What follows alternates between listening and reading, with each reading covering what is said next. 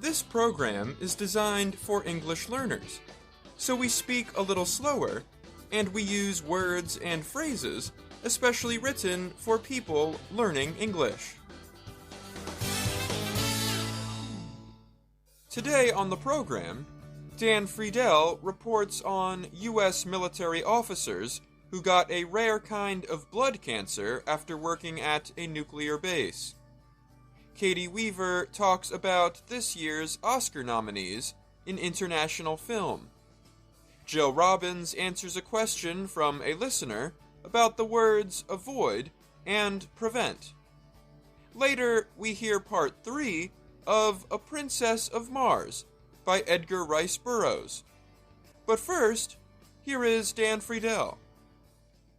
9 American military officers who worked many years ago at a nuclear missile base have been diagnosed with a rare blood cancer.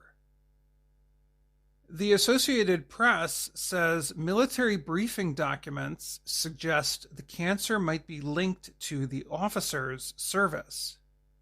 The cancer is non-Hodgkin lymphoma. One of the officers has died from the disease. The documents were from a meeting led by a top member of the U.S. Space Force, Lieutenant Colonel Daniel Sebek. At the time, he suggested a possible connection between the cancer and the time at the missile base. Sebek refused the AP's request for comment about the briefing. He said the information was pre-decisional. The soldiers were members of the United States Air Force. All worked at the Malmstrom Air Force Base in the western state of Montana. Some worked as long ago as the 1990s.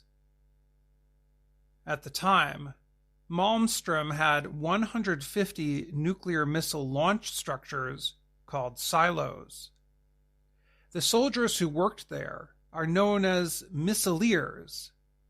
They work at the base several days straight. They are there to carry out presidential orders concerning the missiles. At the meeting, Sebek called the number of military members with cancer concerning. He also said 455 former missileers are now in the Space Force, including 4 of those who have cancer. A spokesperson for the U.S. Air Force told the Associated Press that medical leaders in the military are working to understand more.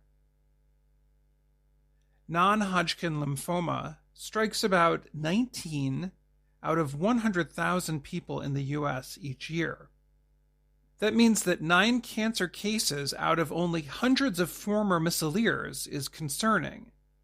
In addition, most people diagnosed with non-Hodgkin lymphoma are in their 60s. In the case of the military officers, most worked at the base in their 20s and were diagnosed in their 30s and 40s. It is not the first time health concerns have come up for soldiers who worked at Malmstrom. In 2001, an Air Force health group investigated the base after 14 cases of cancer were reported among missileers who worked there. The report that followed said the base was safe and that sometimes illnesses tend to occur by chance alone.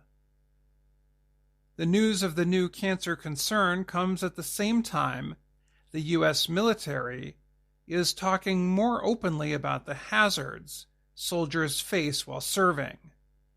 For example, President Joe Biden signed a law last August that offered more health services to former soldiers who may have been in contact with dangerous substances in smoke.